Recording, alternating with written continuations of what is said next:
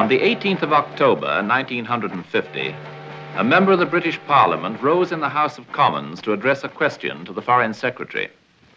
This book purports to be a true account of espionage. Written by a former German military attaché, it reveals the most astonishing details of a case said to have occurred within His Majesty's Embassy in Turkey in 1944, and in which hundreds of top secrets, including plans for the invasion of Normandy, were stolen and transmitted to the Germans. Has an inquiry into these fantastic charges taken place? Measures have been taken to prevent any future recurrence of such an incredible lapse in security.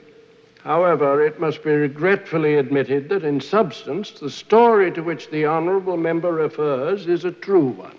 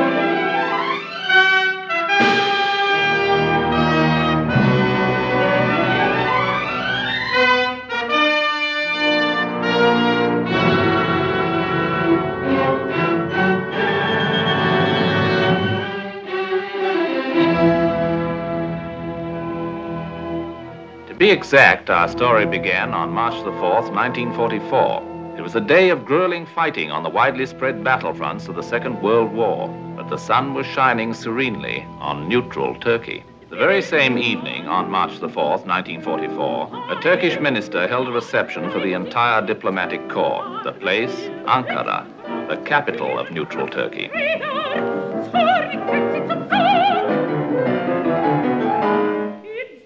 If Excellency will excuse me, I have suddenly acquired a rather severe headache. I've had mine for some time. Perhaps from standing too much? From listening too much. Wagner makes me ill. Herr von Papen, I hope your country appreciates you. You are the only unpredictable German I have ever met.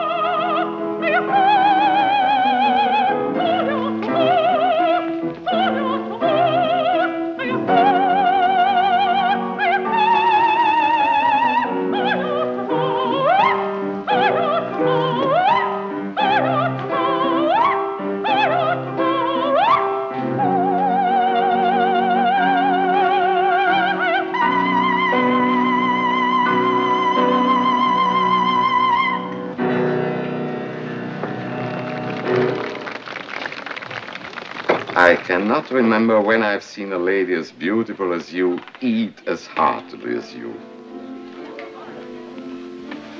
Just a little more of the salad, if you please.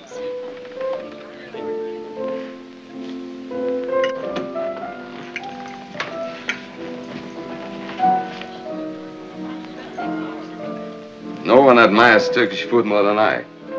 Still, the prospect of actually dining from a buffet at a diplomatic reception. The number of actual dinners I eat these days is equal to the number of diplomatic receptions to which I'm lucky enough to be invited. Champagne? I have beer, thank you.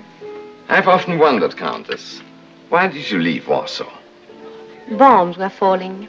I felt I was in the way. Then why did you come here? You and your late husband had lived so long in England, you had many friends there. I did not consider being bombed in London more attractive than being bombed in Warsaw. You could have returned to your own country, to France. As the impoverished widow of a pro-German Polish count, it would have required courage. I have none. You could have counted upon our protection. I understand you are now protecting my estates and all of my possessions in Poland. Who has them? Field Marshal Goering, I believe. At last. Many of our German friends before the war would come as our guests to hunt wild pig. I refused to invite Goering. I couldn't tolerate his killing a wild pig. Seemed too much like brother against brother. Bon appetit, madame. As always, I've enjoyed. Herr von Papen. Yeah. Herr von Papen, I need money. These must be difficult times for you, I know. Please don't be diplomatic for just a moment. You can help me. Nothing would please me more. If I can. I want back what belongs to me. Unfortunately, there's a war. After the war, then? I can give you every assurance. But in the meantime, I can be of service to you, to Germany. If I can prove my worth, then afterwards it would be easier. How would you go about proving it? Loan me the means to leave again, here in Ancara. Advance it to me. I can more than make it worth your while. You of all men must know what a font of knowledge a clever hostess can become. Countess Staviska, are you suggesting that the German government set you up as a spy? I'm suggesting that I can earn my keep. It's a sordid, unrewarding business. Sordid, but not unrewarding. In terms of money, perhaps. What other terms are there? I'm sorry. I'm afraid it's quite impossible. What am I going to do, then?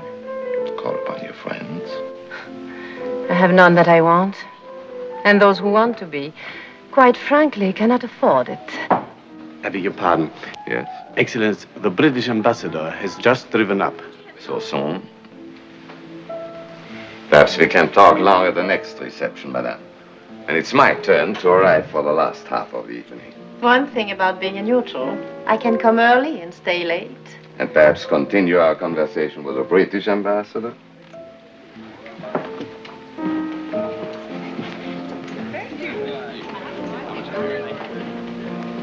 Come, Moisish. Please, do not look at me as if you had a source of income other than your salary.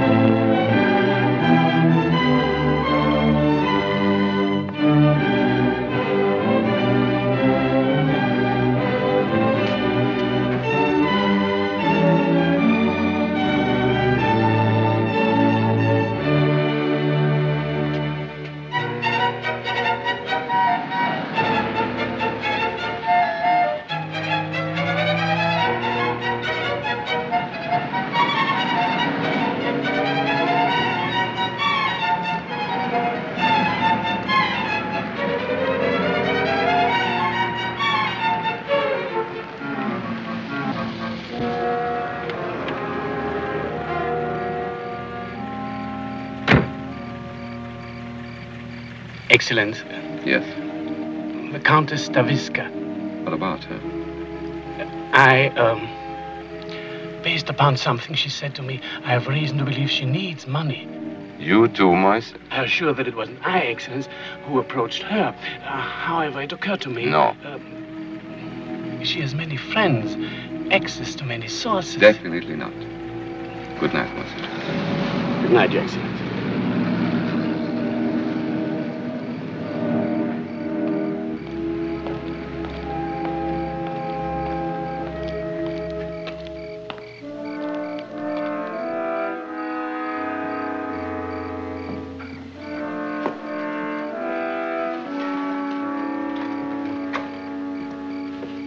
Whatever you do, don't raise your voice. Who are you? Take me to your office. What do you want? Let's get out of this light. Take me to your office.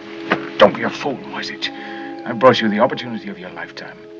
Choose right now. You can be the envy of the German Foreign Service. Or you can go through life as a diplomatic valet. After all, what if I were a thief? What could I steal from you?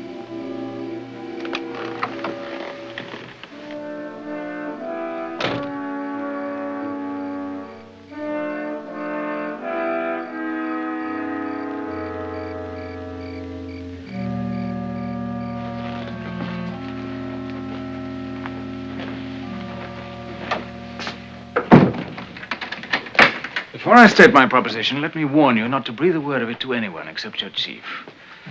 My life will depend upon your discretion. A responsibility I do not choose to accept. I'm afraid you have no choice. Your life will depend upon it, too. State your proposition. Very well. Certain British documents, classified as most secret, have come into my possession. Military and political documents of utmost value to your government. I'm prepared to sell them. The price is £20,000. English pounds sterling. 20,000 pounds. Who are you? I'm a spy, obviously. And this is your life work, espionage. Not exactly. But I have spent a lot of my life preparing for this day. To my knowledge, no spy in history has ever been paid 20,000 pounds for any information. No spy in history has had to sell what I have to sell.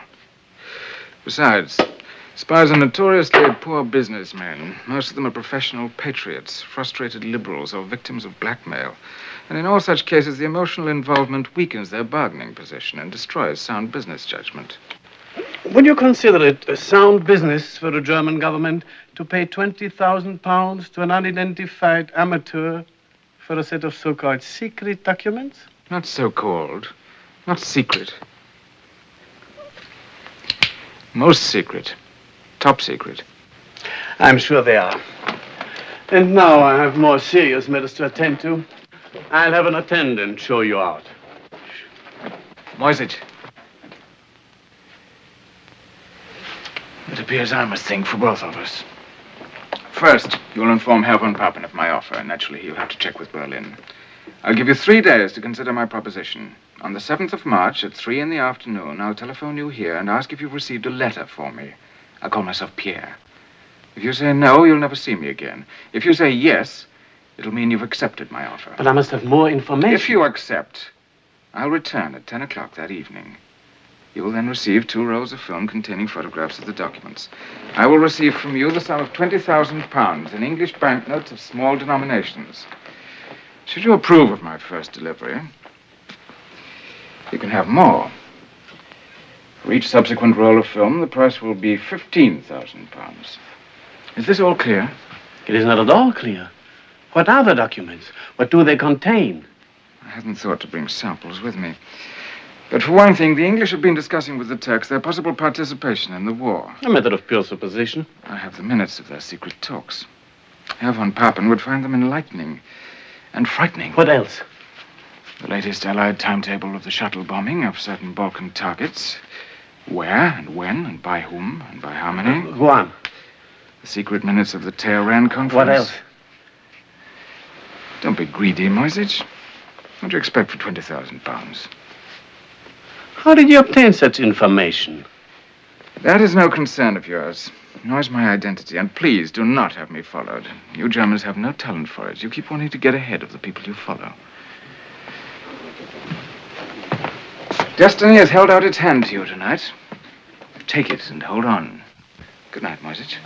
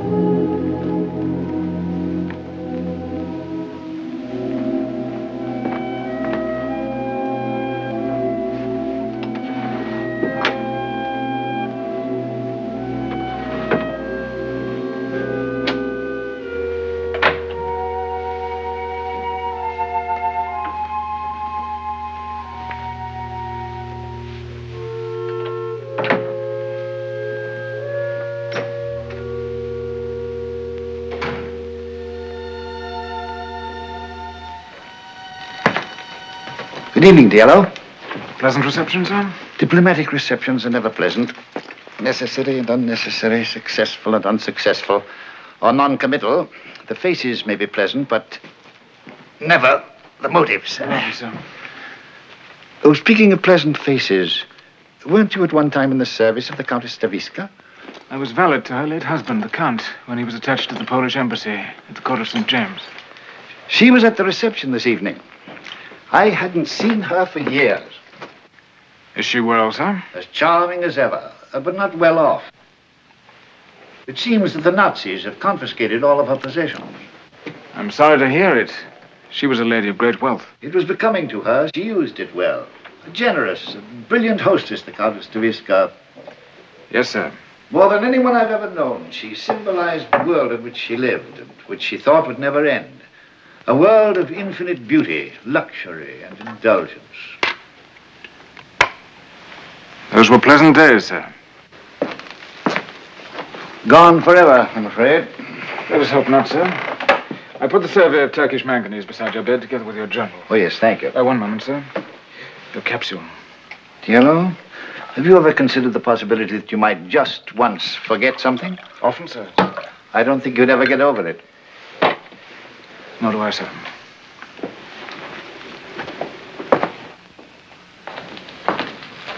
Good night, Diallo. Good night, Your Excellency.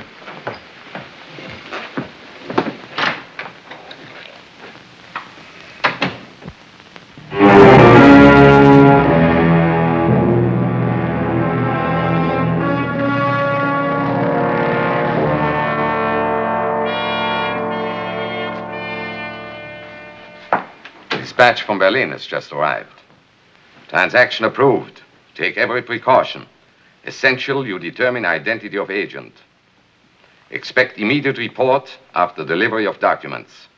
Signed, Kaltenbrunner. What does he mean, sir, by take every precaution? That you are not to hand over the money until you have developed the films, examined them, and decided whether they are genuine and worth it. That's quite a responsibility. Yes, it is. Money arrived by courier from Berlin this morning. 20,000 pounds. I have not taken any of it, Moisich. You can count it in your own office. Yes, sir.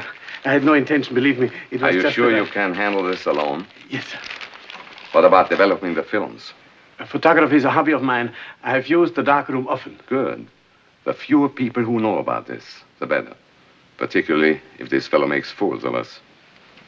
Personally, I sense something bogus about the whole affair.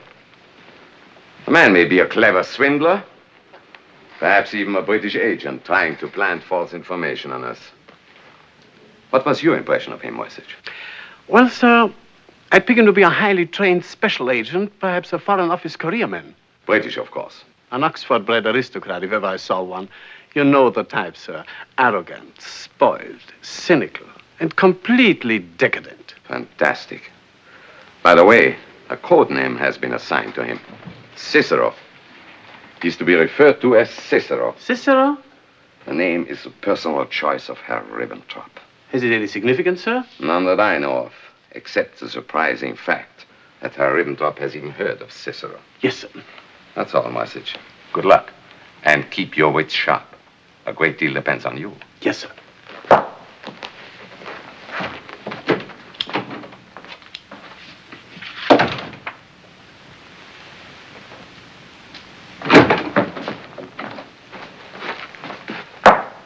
I forgot the money.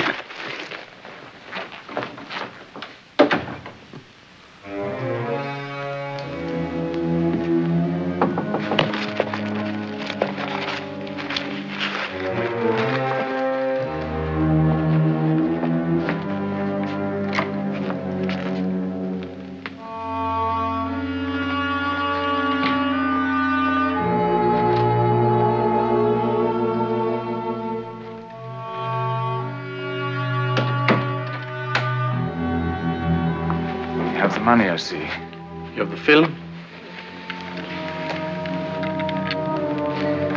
Fetch me a drink while I count it, will you? Scotch whiskey. I'm sure that you must have some.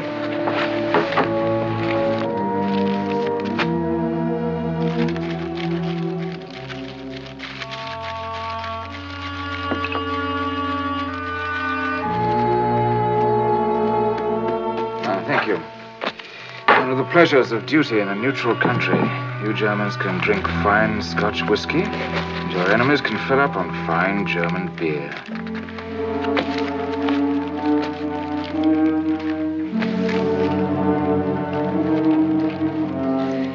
$20,000. Well done, Moisich. The film.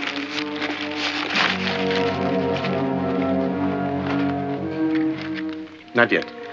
You must wait until I develop the film. It'll take only a few minutes. Those are my orders.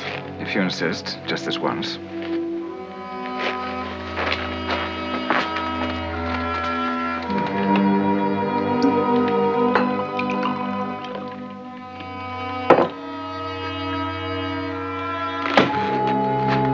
Are you going to develop the film yourself? Yes. You better drink this. You're trembling like a butterfly. It'll help steady your wings.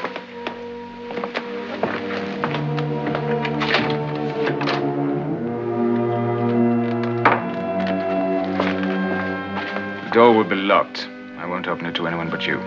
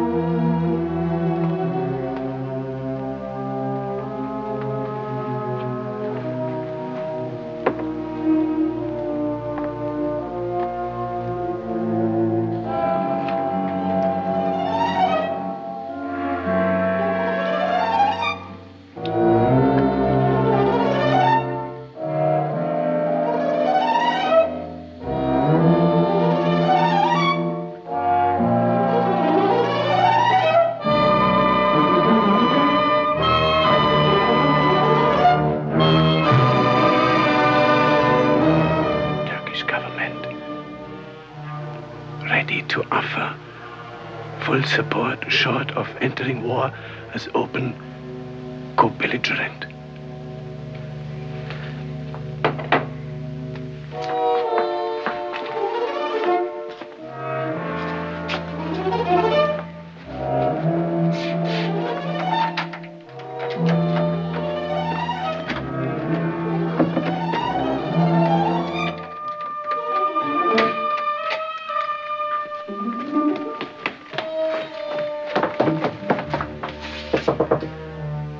Open up, Moisich.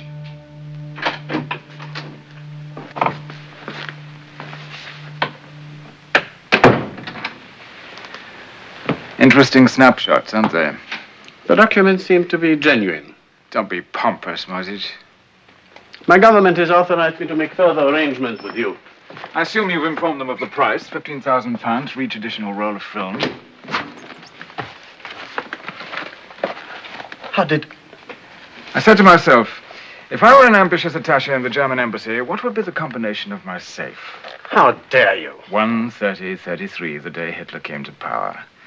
I imagine that it opened half the safes in Germany, and Hitler's birthday, the other half. What an unimaginative lot you are.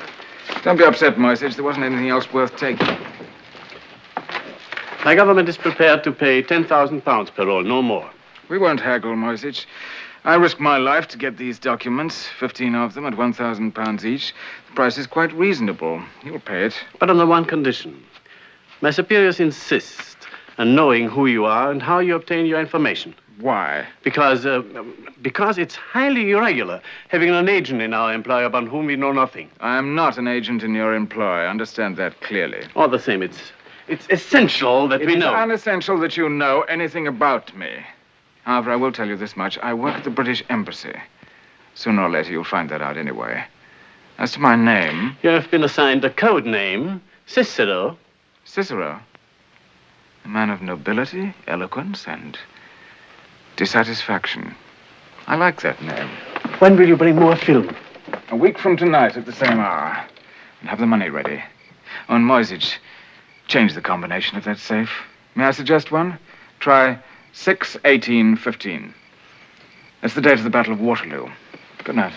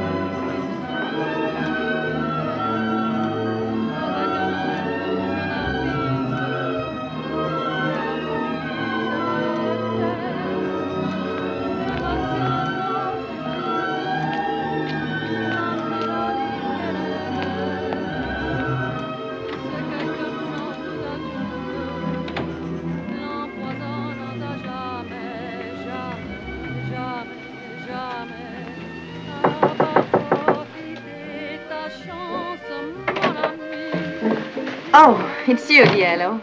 Do I disturb you, madam? Not at all. It's always a pleasure to see you. Come in. Take your coat off, sit down and gossip with me. Fortunately, I have a dinner engagement, but he's an undersecretary and used to waiting. Any particular undersecretary, madam? Undersecretaries are never particular, Diallo. Perhaps that's why they take me to dinner.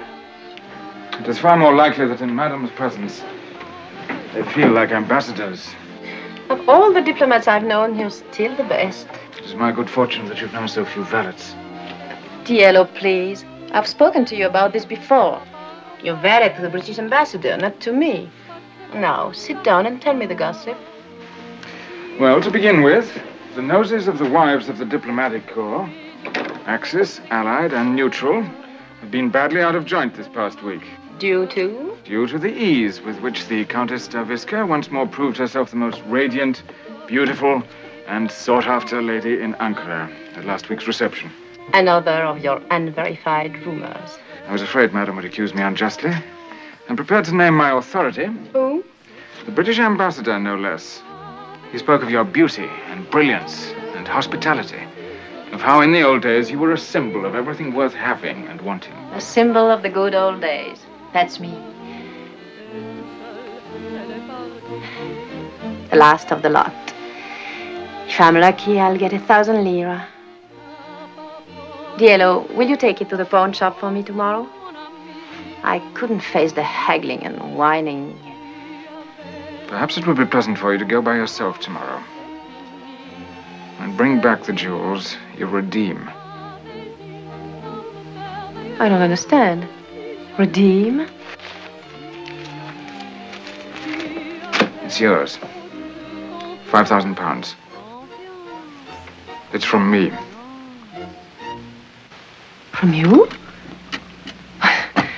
Is it a joke? It can't be real. There's nothing as real as money. But Diallo, I don't know when I could pay this back to you. I don't want it back. But I can't permit you to. What must be the savings of a lifetime? They're not my savings. I'm not a saving man. If you must know, a business venture of mine has paid off handsomely and gives promise of far greater profits to come. But what has it to do with me? I propose to advance you these £5,000 in return for certain favors. At the moment, this particular enterprise must remain highly confidential. The ambassador, of course, knows nothing about it, nor does anyone except my business associate and you. The profits will be exceedingly large. I couldn't possibly keep such sums at the embassy, nor do I want to draw attention to myself by depositing the money in a bank. But you could keep it for me. Well, go on. You could leave this grubby room, rent an attractive house, live as you please, entertain as you please. And how would all that be a favor to you? From time to time, I shall want to transact my business in privacy. Naturally, I shall continue to live at the embassy, but you would set aside certain quarters for me. I see. If all goes well, I shall have some £200,000 within 12 weeks. That's the amount I've set as my goal. And then? And then South America. To a new life, a new name. That, of course, will require certain papers of identity, passport, visas, letters of credit. You could be of great help in obtaining such documents for me. How? I'll explain that when the time comes. Is there anything else? Nothing? It seems little enough to ask for £5,000. Are you going to tell me what your business is? Sometime, perhaps, not now. I see quite a trust you put in me. If I were to be indiscreet, it would ruin everything for you. And for you, too. You seem very sure of yourself. I'm sure of you. Oh? For 3 years, I was valet to the late Count Stavisky. It is said that no man is a hero to his valet. It is also true that no woman is a mystery to her husband's valet. You know me that well? Well enough. The source of your money has never concerned you any more than the source of your electric light. They became worrisome only when they were shut off. Quite true. But there's pride. I have pride. A great deal I depend upon your pride. You'd find it intolerable to have it known that your wealth was the gift of a servant. Madam, you'll keep your mouth shut tight. Get me brandy.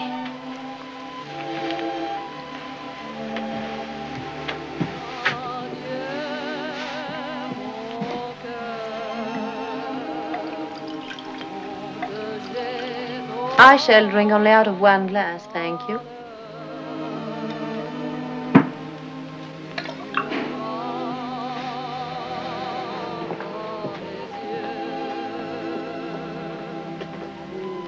Dear Lou, do you know why I discharged you after my husband died? You said you'd be traveling and wouldn't need a manservant. That was a lie. Yes, it was. I let you go because you made me uneasy. You were much too clever for a servant.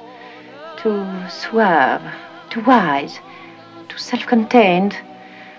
I was almost afraid of you. I felt you had an evil genius for something. Little did I know it was a genius for making money. That is a lie, too. That wasn't why I made you uneasy. No? No. You were attracted to me. It was upsetting to feel that way about a valet. And to feel that the valet knew it all the time.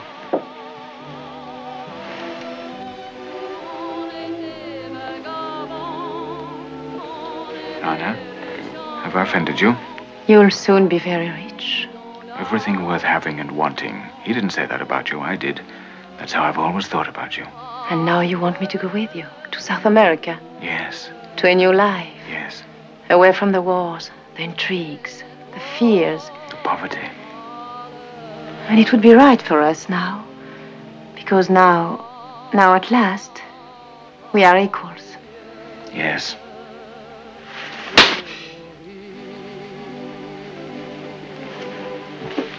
Where are you going? Madam has a dinner engagement, and we seem to have run out of gossip. I shall cancel the dinner. And we can talk business. You made me a business proposition. I agree to that part of it. As for the rest of the proposition, it's not an impossibility. It's merely an improbability. And above all, an impertinence. Because I addressed you as an equal? No. Because you addressed me as a servant. Because in the manner of an inferior, you tried to buy something you didn't think you merited on your own. Now, let's get down to the details of business. As Madam wishes. My name is Anna. Yes, Anna.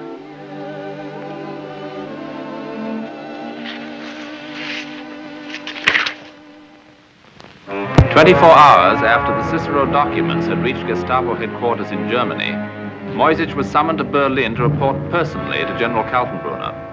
Incredible. You have the negatives? Yes, sir. Give them to Colonel von Richter. Too good to be true. 25 top-secret documents from an unknown agent. This has all the earmarks of a British trap. Sir. Yes? Ambassador von Papen requests me to report that in his opinion, the documents are genuine. I'm not interested in von Papen's opinion. I want facts, proof, conclusive proof.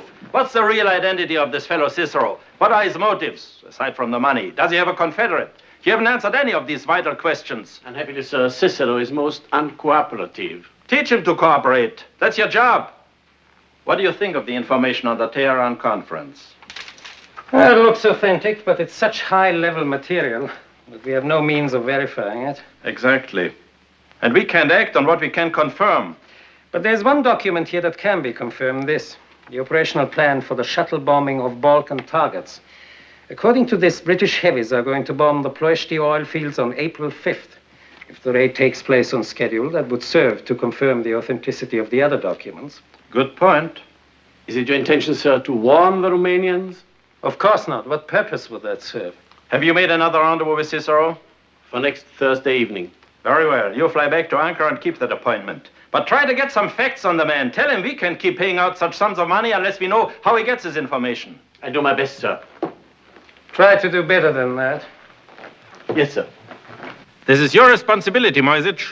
I warn you. Yes, sir.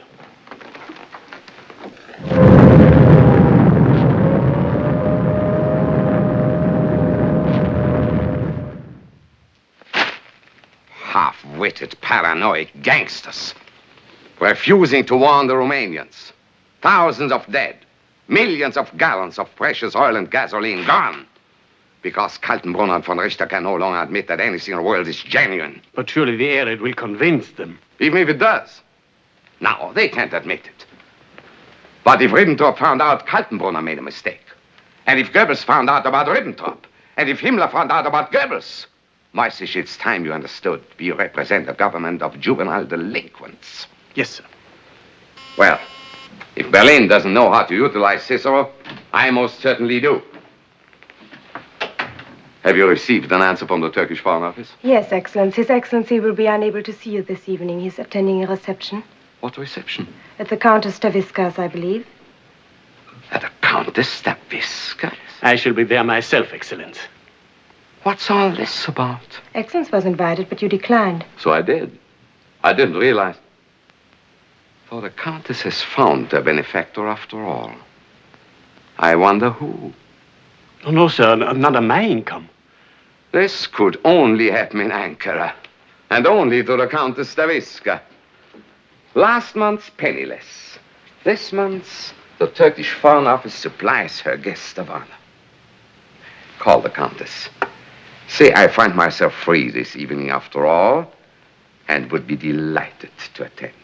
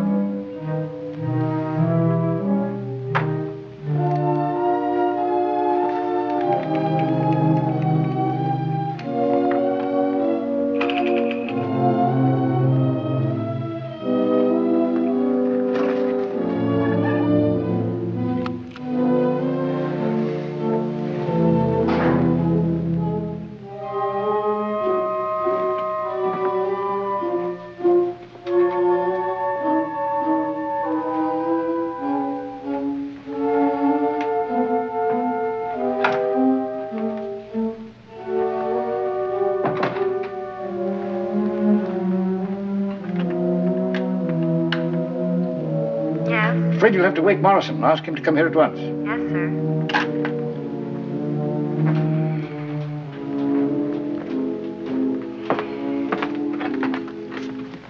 Will you change back into your jacket, sir? Thank you, dear.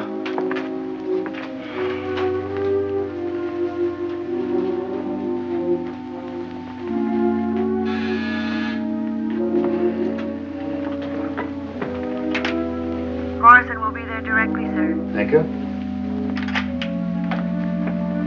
Turn on that lamp, will you, dear? Yes, sir.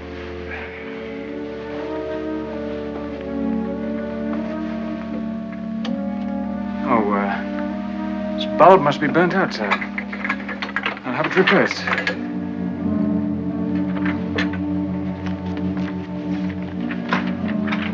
Yes, sir. Morrison, sorry to waken you. Get this dispatch off to Whitehall at once. Have this coded and classified as most secret. Upon representation from Turkish Foreign Office, there is strong reason to believe... Yellow, will you shut the door, please? There is strong reason to believe that Van Papen is in possession of top-secret information, which would indicate leak in security here. Upon receipt of this highly classified message, the Foreign Office in London took immediate action. Let me read you what we received from Ankara early this morning. Upon representation from Turkish Foreign Office, there is strong reason to believe that Van Papen is in possession of top-secret information which would indicate leak in security here or Nazi access to secret documents or possibility have broken British diplomatic cipher. Colin Travers, a special agent of British counterintelligence, left London by plane next morning, bound for Istanbul. Colonel von Richter of the Gestapo counter-espionage service left Berlin by plane the same day. Travers and Colonel von Richter arrived at Istanbul the same evening and boarded the Anatolian Express. They reached Ankara next morning. Von Richter carried a Swiss passport, identifying him as Herr Rudolf Hodler, a tobacco buyer from Bern, Switzerland.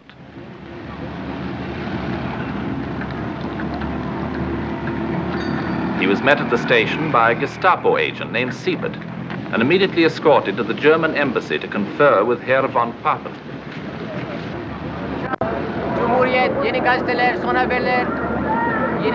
Travers was greeted outside the station by Keith McFadden, a British agent attached to the embassy at Ankara. McFadden, glad to see you, Travers. They left without delay to meet with the British ambassador.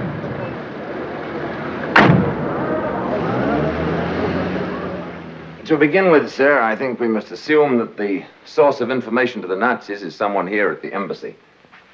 After that has been ruled All our out... personnel and permanent employees have had previous security clearance from London. I've never known a self-respecting spy without a security clearance. Where do you store classified information, sir? Right there in my safe and in the first secretary's. What about the code room? On the guard day and night. Don't you think it most likely, sir, that this lamentable lapse in security was due to some unintentional slip of the lip at some party or reception? My lips are not in the habit of slipping, Mr. Travers. Nor do I imply that they are, sir. But our material does pass through other hands. It might pass through other lips. Now, McFadden was telling me about an unattached lady, a certain Countess Staviska.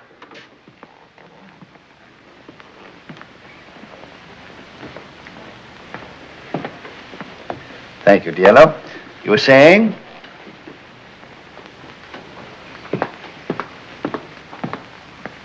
A certain Countess Staviska.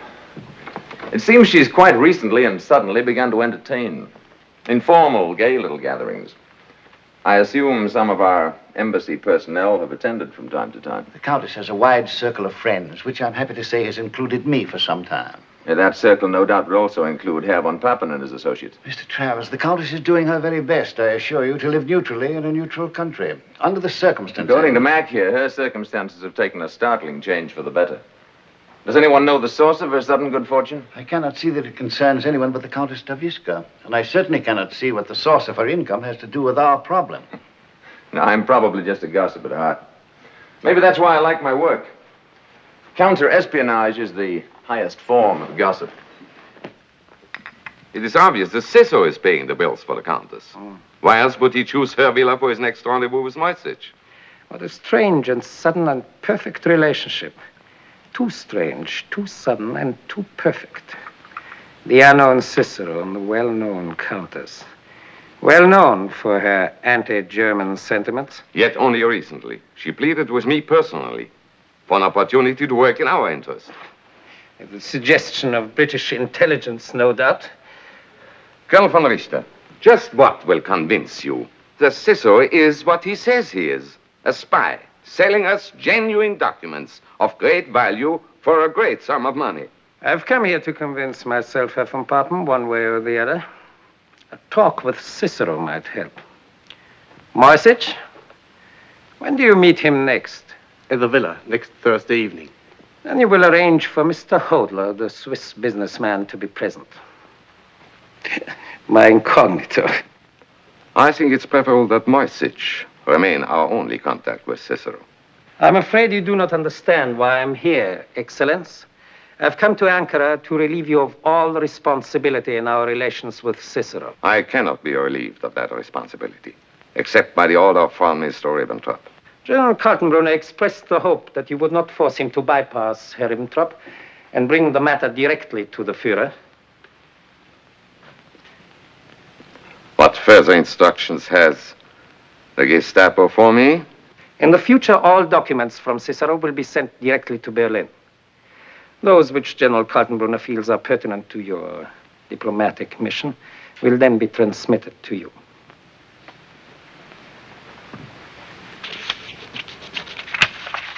Moisich, do what you can to make the Colonel's stay in Ankara a comfortable one.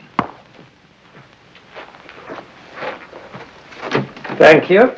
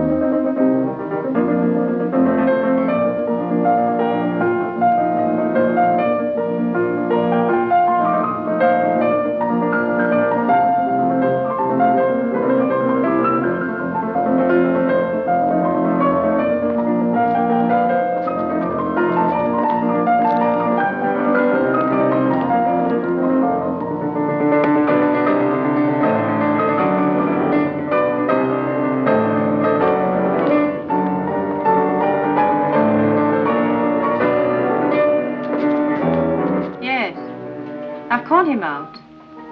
Yes, of course. Oh, Monsieur Hodler, there's a gentleman here who wishes to see you privately. You had a business appointment, I believe. I believe so. I'll take you to him. I'm indebted to Herr Moisich for suggesting that I ask you to our little musical evening. Oh, the honor is mine, madame. I hope you haven't found it too subdued. On the contrary, it's been exactly as I would have wished it. Have you known Herr Moisich long? We have been business associates for some time. Are you, too, a diplomat, Monsieur Hodler? I suppose you could call me a middleman. There are so many Swiss middlemen. Seems to be a national occupation. What could be more natural? After all, we Swiss have been in the middle for hundreds of years. Come in. I'll see that you're not disturbed.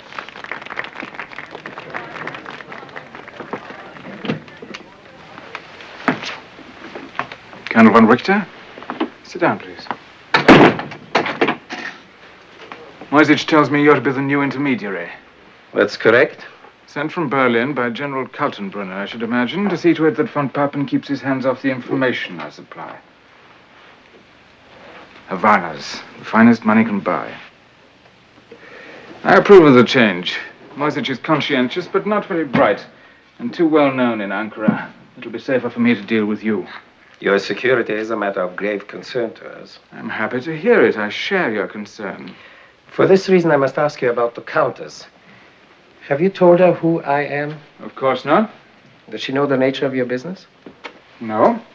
Then, just what is her relation? My dear Colonel, I did not invite you here to discuss my private affairs. We have some business to transact. Did you bring the money? As always, you will be paid after we have developed the film. During the past 6 weeks, I've sold Moisich 50 photographs, all of genuine secret documents. That's proof enough of my good faith. Henceforth, you will pay on delivery. The money? Possibly you're no longer interested in the strategic plans of the Allies for the entire Mediterranean area. You mean a second front? I do not know the number of the front. I do know that in these documents, Mr. Churchill keeps referring to the soft underbelly of Europe. Of course, I could take the film to von Papen and ask that he himself query the German High Command as to their interest. Very well. Why, you had it with you all the time. Who are you, anyway? If I told you I was, let us say, the valet to the British ambassador, would you believe me? Certainly not. You see? Then at least satisfy my personal curiosity on one point. Why are you selling us information? I thought that was self-evident, for money. But you must have some other motive. Perhaps you share our disgust with British decadence, or our faith in the future of Germany. Colonel von Richter, if I have a disgust for anything, it is poverty. And if I have faith in the future of anything, it is in the future of money. But I cannot understand why, on the one hand, you sell us information which will help us to win the war, and on the other hand, you insist upon being paid in money with a very dubious future, British pounds. What makes you think I think Germany will win the war? Apart from all other considerations, apparently you attach little importance to these documents. In the first place, I cannot sell you the ability to make proper use of the information I get for you. In the second place, by informing a man about to be hanged of the exact size, location, and strength of the rope, you do not remove either the hangman or the certainty of his being hanged. And now I'm sure you'll want to rejoin your friends. 1 week from tonight at the same hour, I shall have more film for you. Good night. Good night.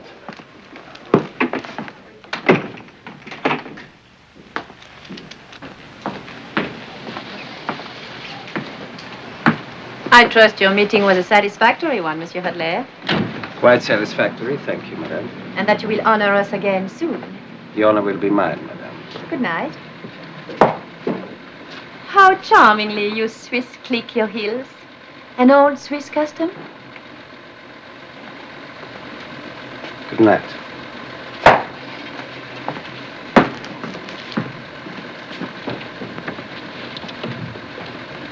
You may retire. Just turn out the lights. Thank you, madame.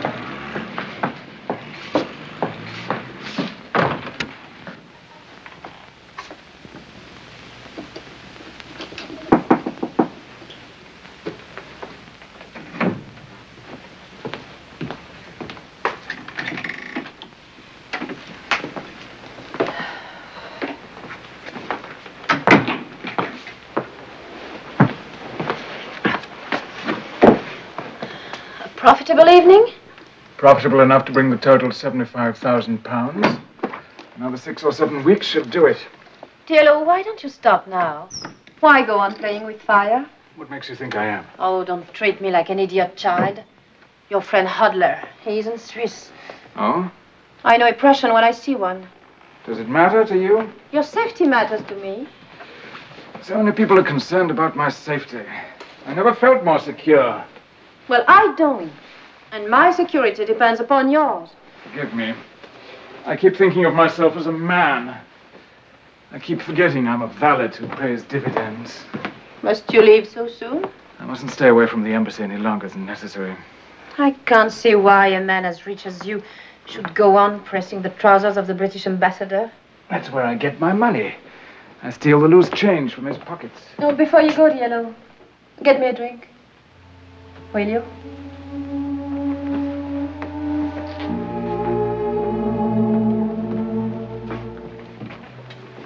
Tell me, where do you plan to settle when you leave for South America? Rio. I've never been there. There's nothing like it in the world. When did you decide to go there? Let's go back. I decided that the moment I first saw it many years ago. I was a cabin boy on a dirty tramp steamer. I can remember standing at the rail, looking up at a villa high on the mountainside above the harbor. I could see a man on a balcony looking down at my ship. He was wearing a white dinner jacket. He seemed close enough to touch, and yet he was beyond the reach of anyone. I swore then that someday I'd be that man.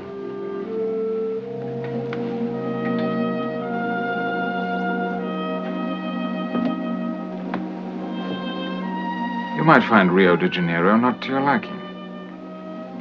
Do you have a nationality, Diallo? Most people are born somewhere. You're not a native Englishman. What are you? Albanian, English by adoption. You're the only Albanian I've ever known. If you know one, you know them all. I ran away to sea when I was a boy. And then? Finding myself in England, it seemed profitable to become a gentleman, so I went into service. As you have pointed out, I'm not yet a gentleman. But I am the best of the gentleman's gentlemen, which reminds me the ambassador will be wondering what has kept me. What will you tell him? That I was detained by a Turkish chambermaid. He might not approve. Why shouldn't he? Only a woman of my own class would want to detain me, and only a man of my class would permit her to. Diallo. Yes, Anna? On the contrary, I think I'll find Rio de Janeiro very much to my liking.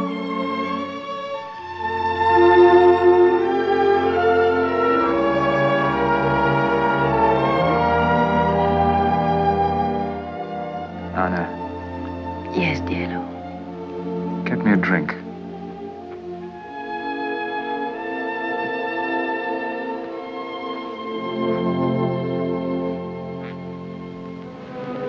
During the next 5 weeks, Cicero sold the Germans 35 top-secret documents, which brought his growing fortune to £155,000 sterling.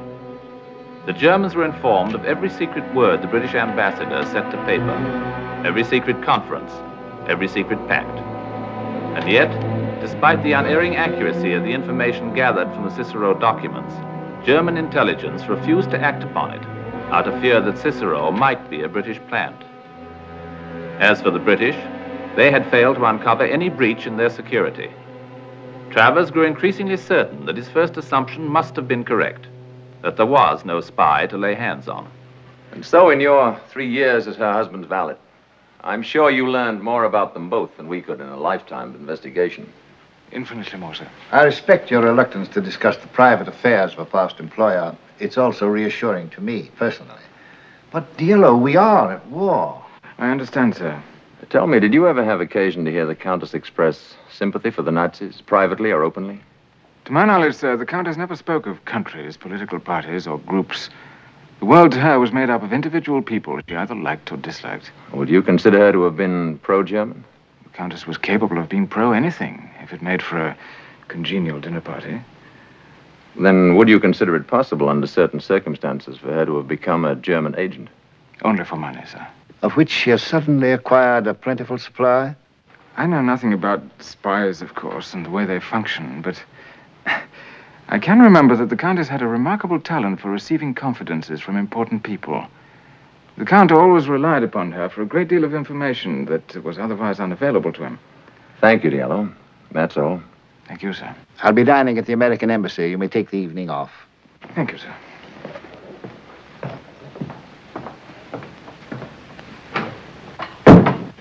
Clever chap.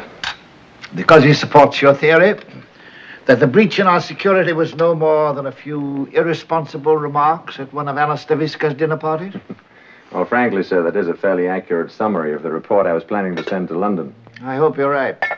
Fact remains, however, that Van Papen still anticipates every move I make. You may soon be doing some anticipating of your own, sir, about Herr Van Papen and his moves. How do you mean that? Well, this is extremely confidential, of course, but our cryptographers in London have just succeeded in breaking a German diplomatic code. A code used by their embassy here? That's welcome news, I must say. Of course, they'll discard the code sooner or later, just as we change ours periodically. But for a while, we'll be eavesdropping on the German ambassador. To eavesdrop on Van Papen. A pleasure I've long hoped for.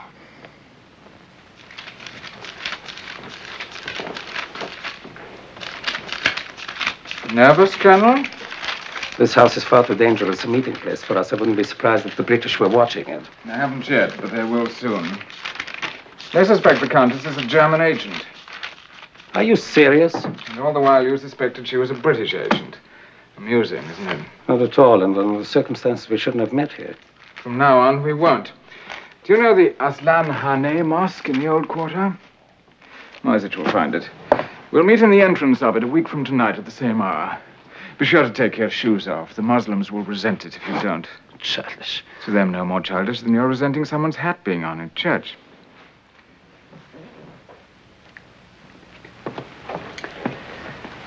What am I buying this week? An exchange of notes between the Turks and the British. The Turks have decided to remain ostensibly neutral for the time being. Such information is hardly worth £20,000. Is good news of no value to you Germans? Or are you willing to pay only for storm warnings of approaching disasters you can do nothing about?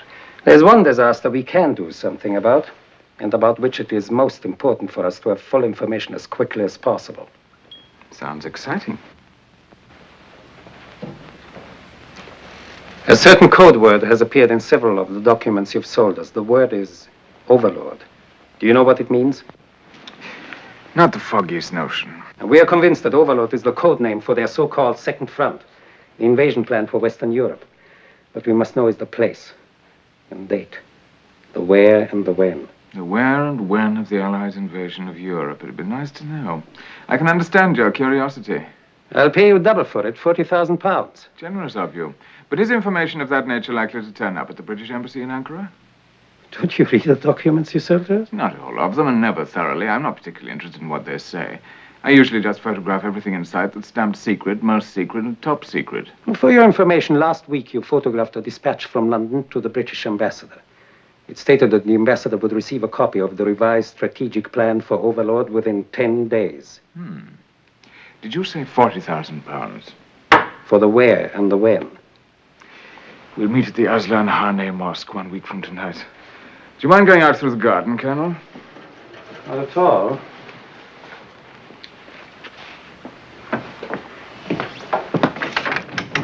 You and the Countess must be running out of small talk anyway. Good night.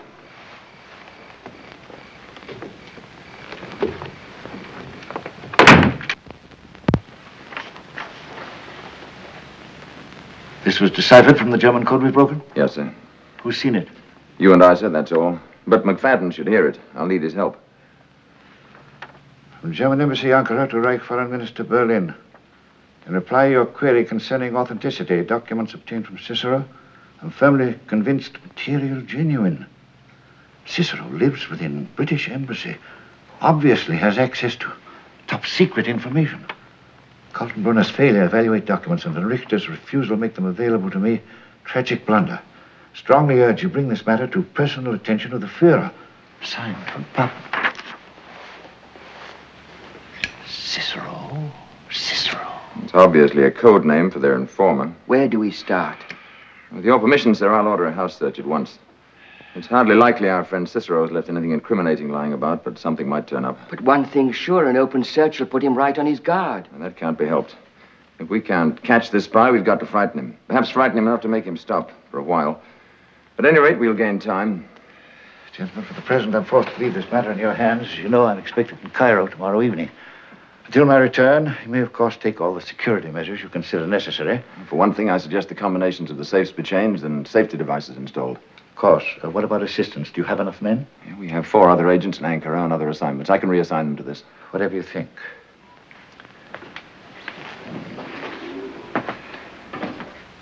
Tell me, Travers, do you have any idea who it might be? A dozen members of the staff have access to classified material. Code clerks, attaches, undersecretaries, first counselor, and so on. McFadden, you, and I. In short, Cicero could be any one of us. Yes, sir. Any one of us.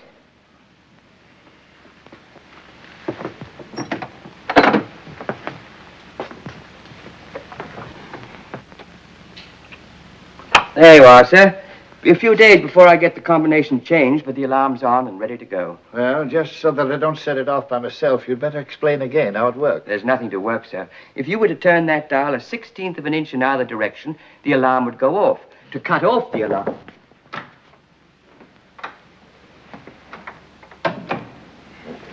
I'm sorry to disturb you, sir.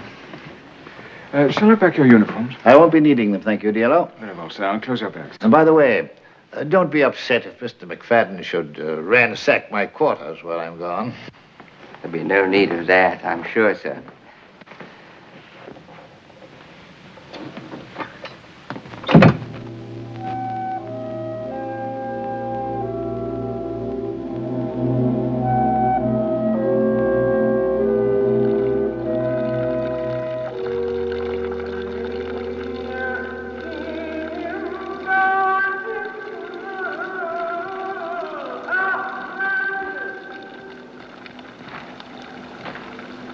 Stone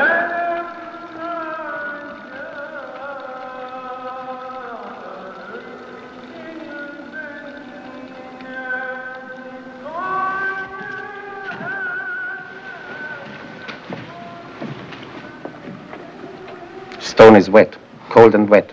Acceptable to Mohammedan feet, perhaps, but not to mine. It's 22 minutes late. It's the first time he has never been late before. And you say he hasn't been to the villa all this week, Siebert has kept a day and night watch. Cicero has not appeared once. And the Countess? She has not entertained. She has gone out a few evenings, alone. Cigarette. Can it be possible, sir, that the British have found him out? It can also be possible that the British have known about him all the time. Curious how easily Cicero acquired the documents he wanted to sell. And when only once we named the documents we wanted to buy, or mysteriously has failed to deliver it. That. What does the Colonel propose to do now? Precisely nothing. All spies in time outlive their usefulness. And I'm afraid, Norsich, that your friend Cicero has just about outlived his. If any.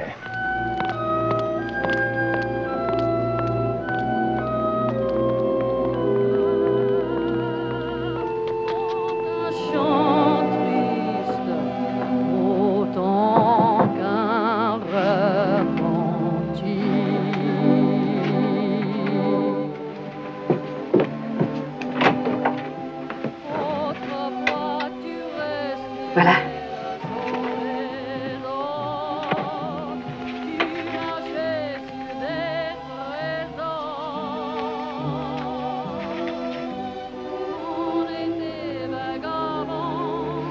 Well done, Signora Antonini.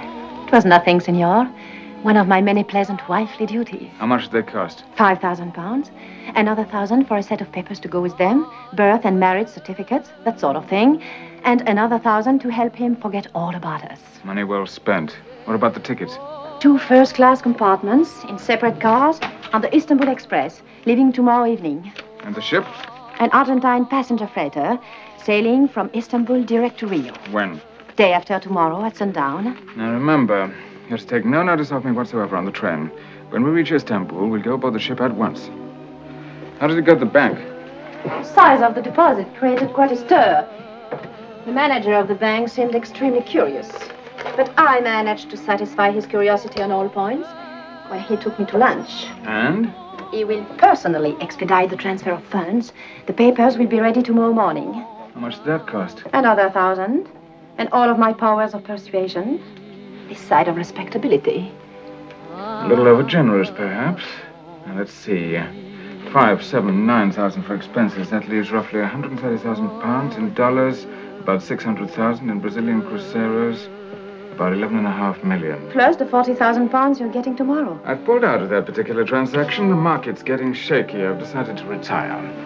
You have before you an Argentine gentleman of leisure about to take up residence in Brazil. I'm glad. We have more than enough anyway. We? We have more than enough? My dear Signora Antonini, where I come from, a man's money is his own. And if his wife is a good wife, he gives her some from time to time. Por supuesto, Roberto. Lo que tú digas. Will you miss being a countess? Not for a moment. Not for one moment.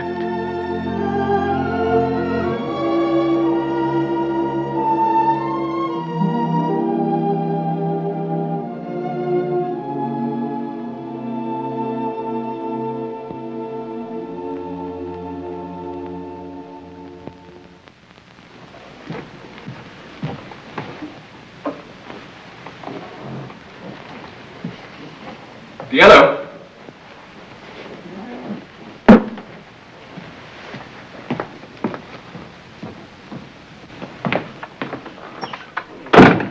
Here's the official correspondence. The ambassador's personal mail. Will you keep it for him? I'm leaving for the weekend. Will His Excellency return tomorrow as he planned? Not till Sunday. I put a list of his calls on the desk.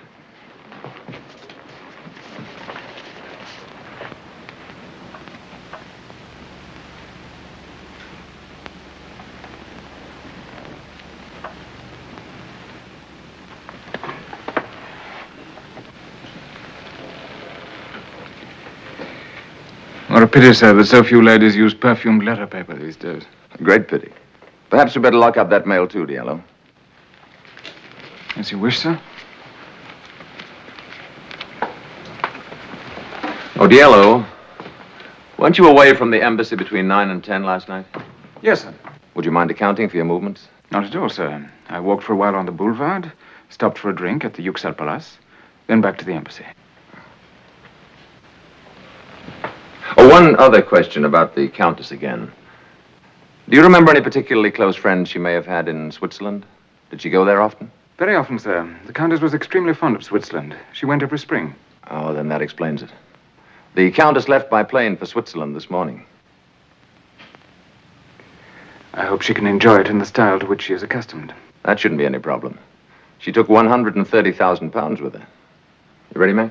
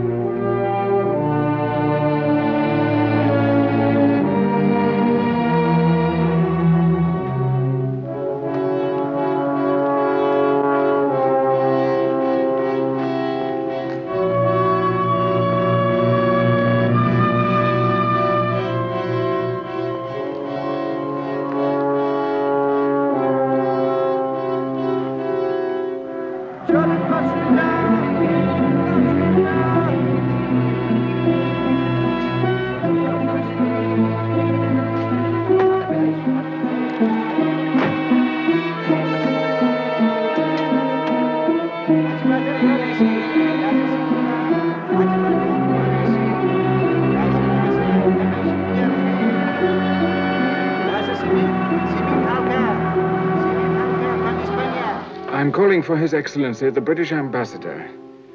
I have a message for the Countess Stavisca. Madame left for Switzerland this morning, sir. I don't know, sir. Madame said it was for an indefinite stay. Yes, sir. Thank you, sir. Yes. Yes. No, I can give you no information, Your Excellency, beyond the fact that the Countess Stavisca has withdrawn all of her funds. Yes. You are very welcome.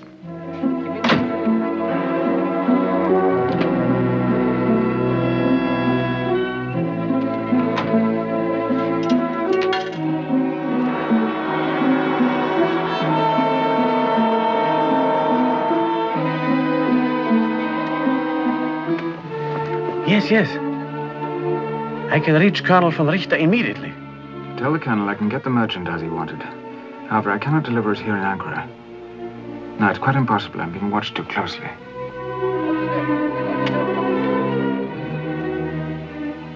I shall have to ring off now. Tell the Colonel I'll arrange a meeting place in Istanbul. I'm leaving this evening. I'll call you at the German consulate in Istanbul tomorrow.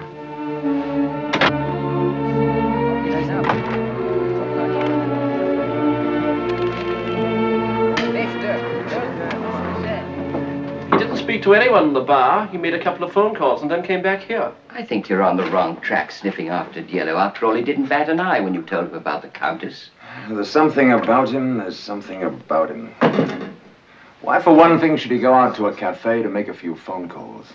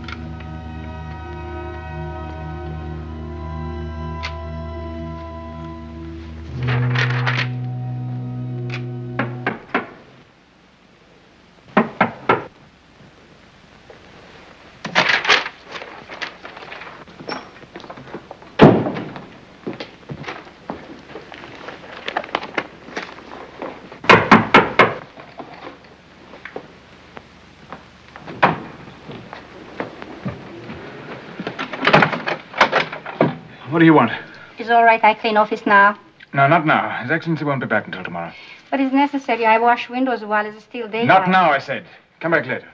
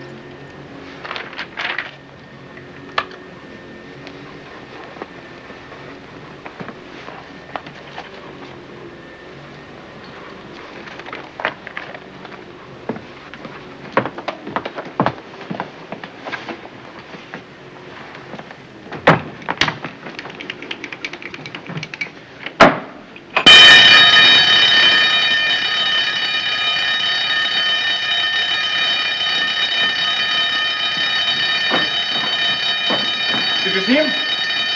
Who?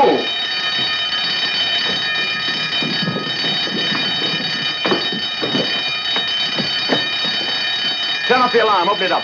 Yellow! Where's Yellow? He just ran out. Seemed to be chasing someone.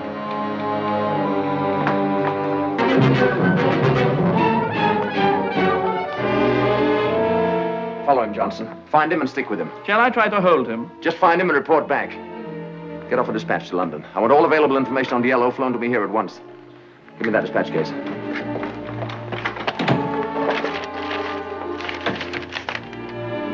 Nothing seems to be missing here. How many letters have you there? 4. We locked up 5. That letter. Perfumed letter gone, but nothing out of the dispatch case. It's odd. McFadden.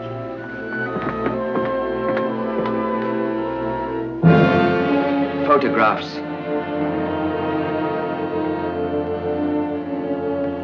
Have Burroughs and Murray watch the approach to the German embassy.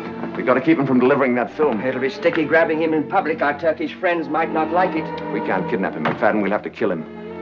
There's a little matter called Operation Overlord we've got to consider. Send a man out to the airport. After Johnson gets back, you and I'll get out to the railroad station. Siebert, you and Stuyven take the train to Istanbul this evening. Moisich and I will take the plane. He's bound to be aboard one or the other. Shall we go armed, Colonel? Naturally. You're to protect Cicero from the British at all costs until we get that film. And after that? After that, Moisich, it will be up to Cicero to protect himself from the British and from us. That's all.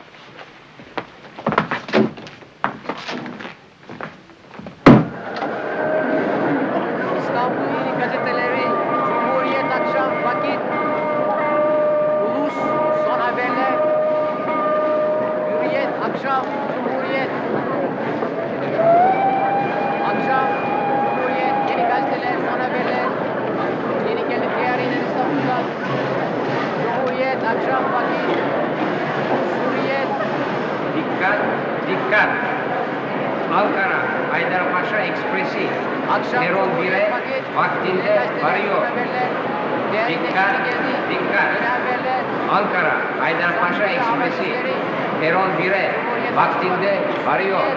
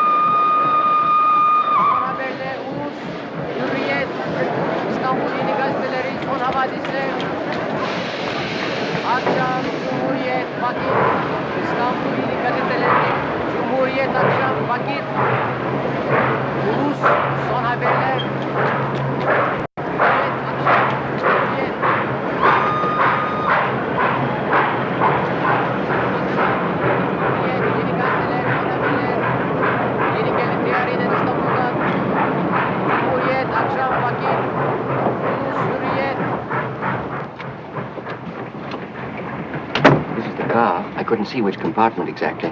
Try them all. Compartiment is beset, meneer. Excuse me.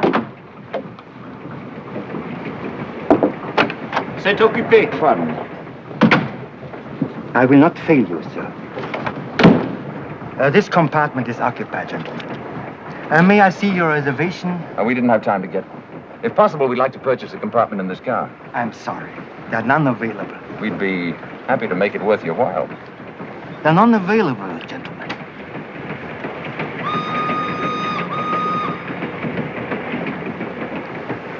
I shall have to ask you to move on to the next car.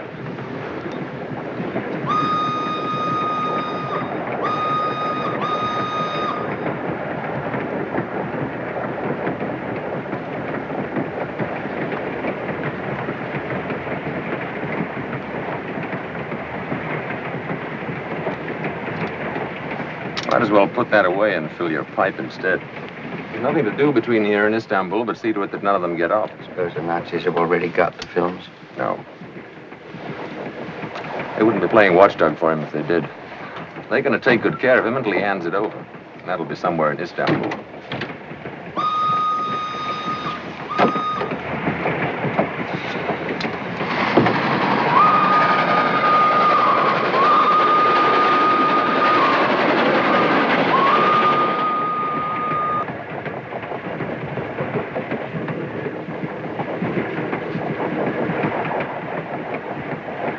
So by the time you receive this, my dear ambassador, I shall be far away from Ankara, far away from intrigue and uncertainty and humiliation. I shall be settled, I hope, in a new life of peace and security and self-respect.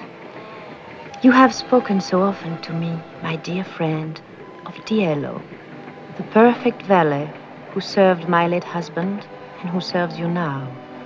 Surely I can offer no greater proof of my affection for you and my devotion to the Allied cause than to inform you now that your trusted Diello is a German spy. I know that both you and your government.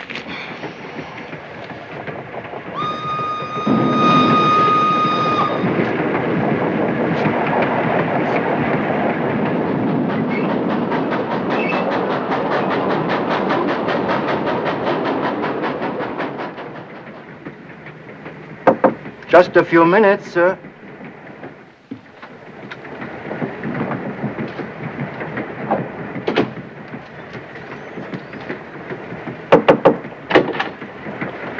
Good morning, gentlemen. Did you sleep well? I slept extremely well. Guards to the left of me, guards to the right of me. You are my bodyguards, aren't you? Or are you my assassins? We are to see that no harm comes to you from the British. Honored. It puts me right in a class with Norway and Denmark and Holland and any number of things you're protecting from the British. And besides, if anyone were to lay a hand on me, I could expose and ruin this film in a matter of seconds. You are in no danger at all. We will stay at your side and see you safely to the German consulate. Don't be whimsical. I've come to give you a message from Moisage. Tell him he's to meet me at Hakim's restaurant near the Watchtower at 6 o'clock sharp this evening. We would prefer if you come to the German consulate at the same hour if you like. No, thank you, although I'm tempted. So many more people go into German consulates than come out. I've often wondered what possible attraction could keep them there so long. We must have some guarantee that you have the film. I thought you were the silent partner. Here's all the guarantee you'll need. Don't unwrap it.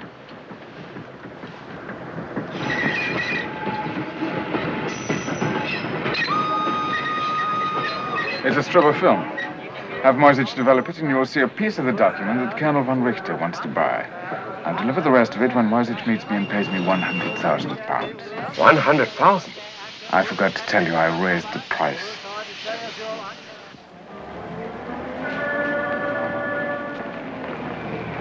Ready, Moisich? Yes, sir. Remember to be extremely friendly. Give him the money first. As soon as you have the other portion of the film, come straight back here. Yes, sir. You know what to do after that. There is a problem of the Turkish police. It is hardly likely you will choose to kill Cicero on a crowded street or in the presence of a policeman. On the other hand, it is hardly likely he will go to the police himself, not with 100,000 British pounds in his pocket. Yes, sir. Now, good luck.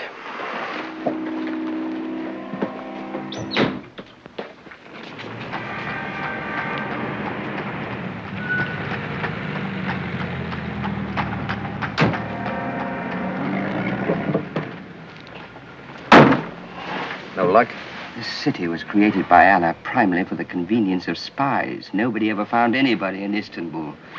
Anything going on here? Von Richter and Moisich went in. Likewise, our two playmates. Nobody's come out. Yet.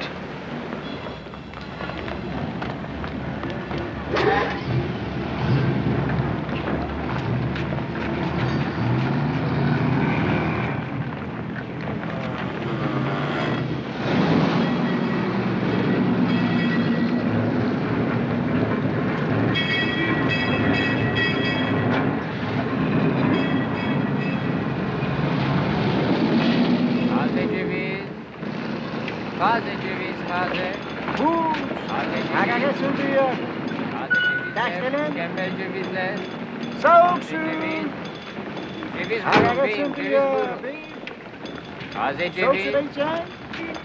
Buyurun beyim, taze ceviz. Taze ceviz. Soğuk. Birdenbire kayboldu. Kusura bakmayın çocuklar. Ben geçenlerde şeye gittim. Yok. Bizi niye unuttun? Orada böyle toplanmak yetmiyor.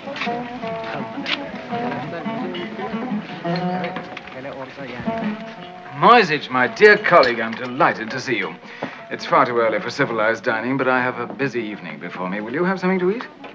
I'm not hungry. Do you feel faint, perhaps? Then sit down and have some Turkish banana brandy. It stimulates the blood and makes heroes of all who drink it. I must accustom myself to pouring drinks from a sitting position. It isn't easy to break the habits of a lifetime. Let's get on with the business. Did you bring all of it? 100,000? If I were a gentleman, I would assume that the money is all here. Unfortunately, I shall not be a gentleman until I've finished counting it.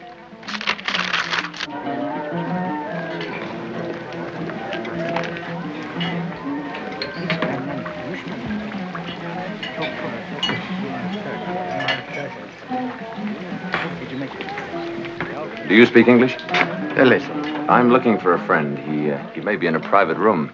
Do you have private rooms? He's occupied. Then he must be in there. I'll just... I'm sorry. He not wish to be disturbed. But he's expecting me. I'm sorry. You will sit here, please.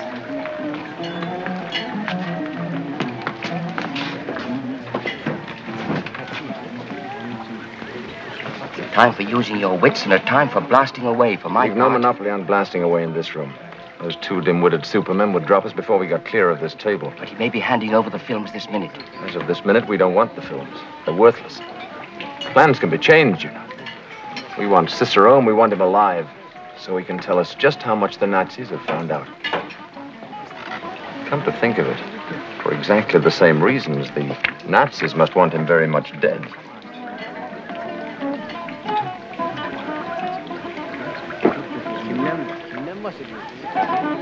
You're balmy. You're completely balmy. He'll jump at it.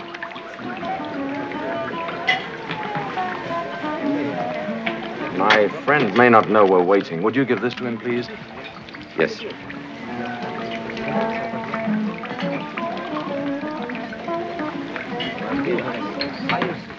Abdi Bey, how can I ever thank you enough for your hospitality, courtesy, and kitchen? It is always a joy to see you, Diallo. It takes me back to old times.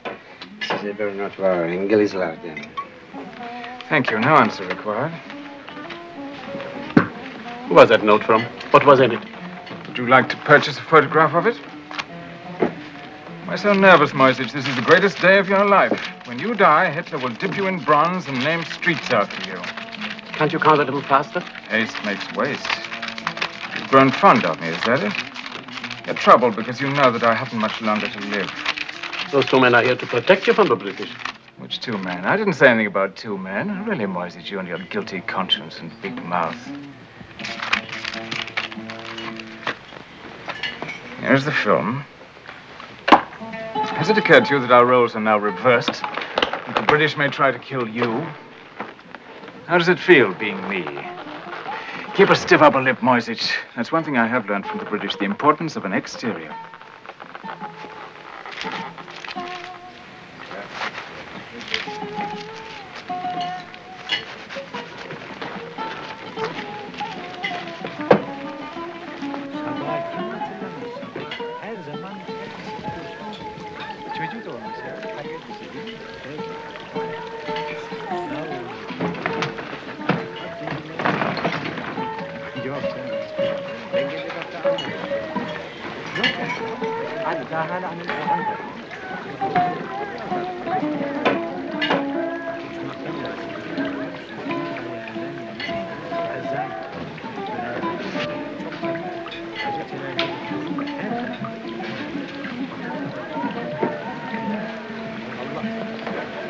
Travers, I'm touched by your solicitude. I'm happy to accept your offer of protection. Imagine me, of all men, with a British sword and a British shield. Personally, I'd rather slit your throat. Impractical. In that case, I'd be unable to tell you the things you want to know. You've no idea how confused the Nazis will be to see you protecting me. They still half suspect I've been a British plant all along. We'll see you safely to a taxi and then to the British consulate. That'll be almost back where I started from. No, thank you. We'll walk away together and then say goodbye. Listen, Diallo. We'll protect you from the Gestapo, but we intend to take you alive. I've no intention of being taken alive. We'll get the Turkish police to arrest you. It's against the law here to carry a weapon, McFadden. Did you know that? However, first things first. Shall we begin by startling the Nazis with your concern for my safety?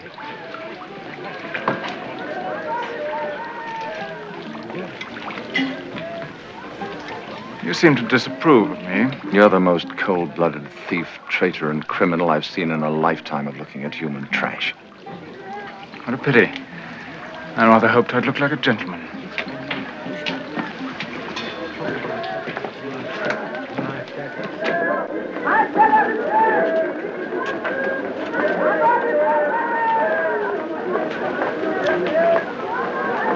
Cicero and the British? Put that away. Too many people.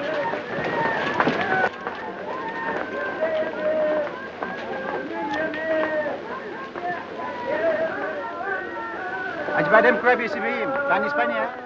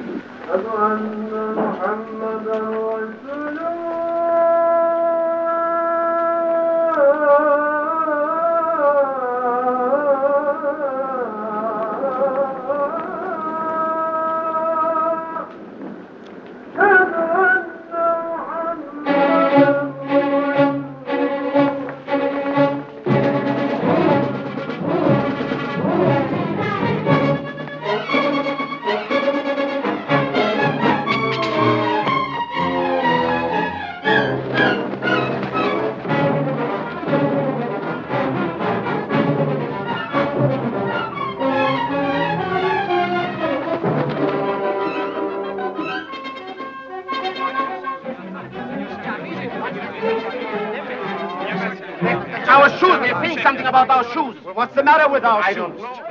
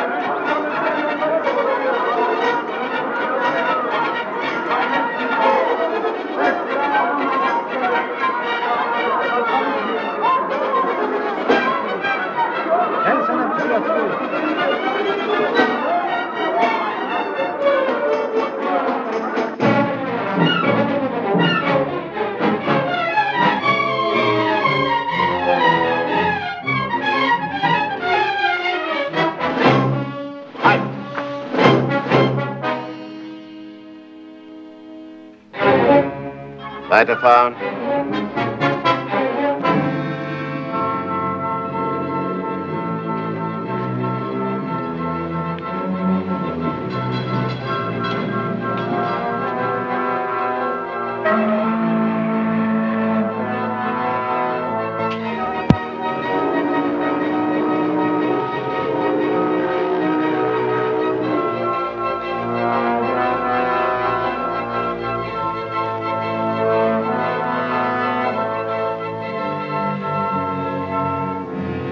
must believe me, Colonel. The British held us off. They were protecting him. Nonsense. But they let him get away, sir.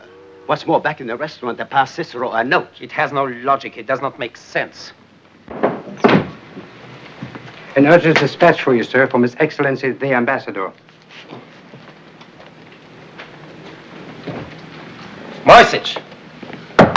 What's the delay? I spoiled the first print. What? I was so nervous, but the second one is almost ready. Oh, hurry up.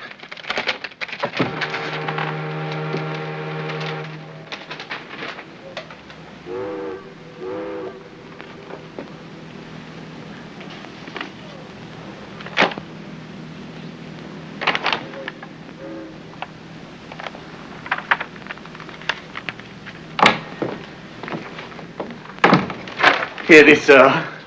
They fit together perfectly. D-Day for Operation Overlord is tentatively set for early June, along the coast of Normandy and Cherbourg Peninsula. Carl, did you hear it? Yes, I heard. Now you hear this. An urgent dispatch from von Papen. I've just received personal letter from Countess Anna Stavisca, naming Cicero as British agent. I'm unable to corroborate the accusation because Countess has left country. But in view of her past efforts to ingratiate herself with us, I'm compelled to believe her charge is true.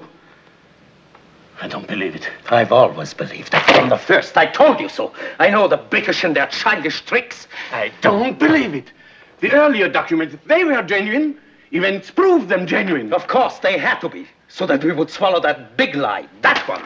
I nearly paid with my life for this. I knew it. I knew it all along.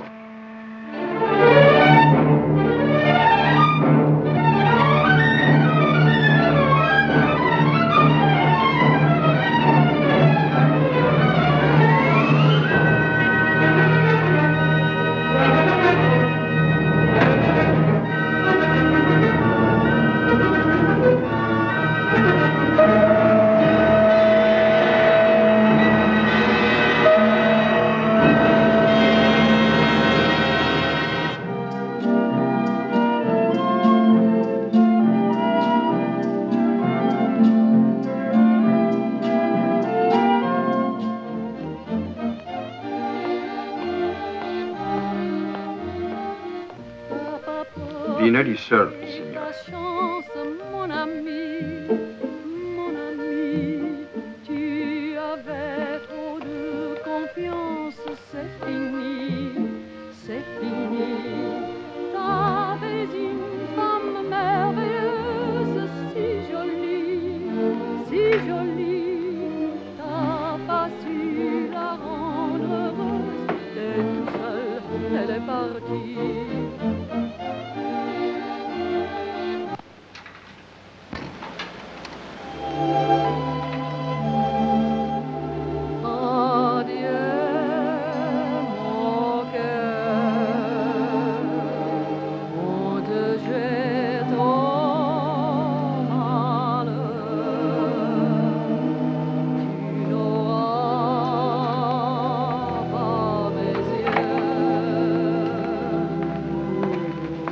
Two gentlemen have come to see you, Senor. Your banker and another gentleman. Senor da Costa at this hour? Very well, have them come out.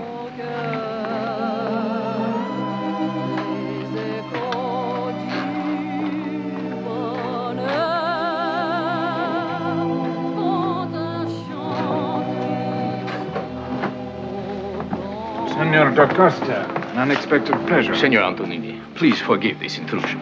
May I present my friend, Senor Santos? I'm honored, Senor Santos. I've looked forward to meeting you, Senor. Please sit down, gentlemen. Will you join me for dinner? Thank you, Senor. We have dined. Some wine, perhaps. Senor Antonini is already known in Rio for his exquisite taste in wine. Are you associated with the bank too, Senor Santos? No, Senor. With the Brazilian Department of Investigation. Ah. Then I assume you investigate Argentine citizens who settle in your beautiful city. Among other things, yes. And have you discovered some irregularity in my papers? No, Senor. Your papers are all perfectly in order. There is an irregularity, however, Senor. It is a matter of your account at the bank. Am I overdrawn? As of yesterday, I had approximately 7 million cruzeros to my account. I was referring to the bank draft with which you purchased this villa. As I recall that transaction, I paid the full sum in cash, 25,000 pounds sterling. That is correct. What seems to be the difficulty? The money has been returned. What on earth for? It's counterfeit. You have a distorted sense of humor, senor. The money is counterfeit. So is the money which you exchanged for Brazilian currency. It is all counterfeit. Believe me, senor, I do not wish to leap to conclusions. A gentleman of your obvious refinement. Perhaps you are an unfortunate dupe. This currency has been in circulation for months, and the British authorities have only recently detected the forgery. I have samples here of every series in your possession. They are the most skillful facsimiles I have ever seen. Signor Antonini, I implore you to cooperate. You see, we know that these counterfeit notes were printed in Germany. The British have established that beyond the shadow of a doubt. And so far, they have turned up in 3 places. Here in Brazil, in Turkey, and in Switzerland. Switzerland? Over 100,000 counterfeit British pounds were confiscated there recently. In the possession of a political refugee, a lady. It would be in your interest to tell us where and how you got this money. Switzerland? Believe me, senor, this is no laughing matter. It is my unhappy duty to inform you that you are under arrest. Anna. I beg your pardon? Anna. Poor Anna.